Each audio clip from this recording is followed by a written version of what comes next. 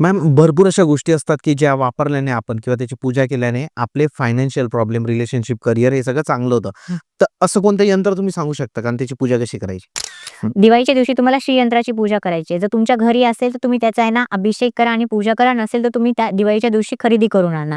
आणि तुम्हाला दिवाळीच्या दिवशी रात्री तुम्हाला आहे ना निश्चित कालमध्ये बेसिकली तो Googleवरती सर्च करू शकता. काय टाईम आहे 12-12:30 आय थिंक त्याचा टाईम असतो. त्या टाईमला तुम्हाला श्री सुक्तमचा पाठ करायचा आहे, ललिता सहस्त्रनामचा पाठ करायचा आहे, हनुमान चालीसा करा आणि बाकी तुम्हाला असं कोणतं पण चालीसा वगैरे तुम्ही करत असाल तर तुम्ही त्याचा नाही तर कोणत्या मंत्राचा जाप पण करा. तुम्हाला खूप चांगले रिझल्ट मिळतील. बेसिकली तुम्हाला तो मंत्र तुमच्या वरती काम करायला चालू करेल. आणि ज्या घरामध्ये श्री सुक्तमचा डेली पाठ होतो त्यांच्या घरामध्ये फायनान्शियल प्रॉब्लेम येतच नाही आणि त्यांचा फायनान्शियल ना कंडिशन इम्प्रूव्ह होते ओव्हर पिरियड ऑफ टाइम. आणि जे लोक ऑलरेडी करत आहेत ना ते कमेंट करून पण सांगतील की त्यांची फायनान्शियल कंडिशन आहे ना जेव्हापासून ते ना श्री सुक्तमचा पाठ करायला चालू केले तेव्हापासून कशी झाली आहे ते.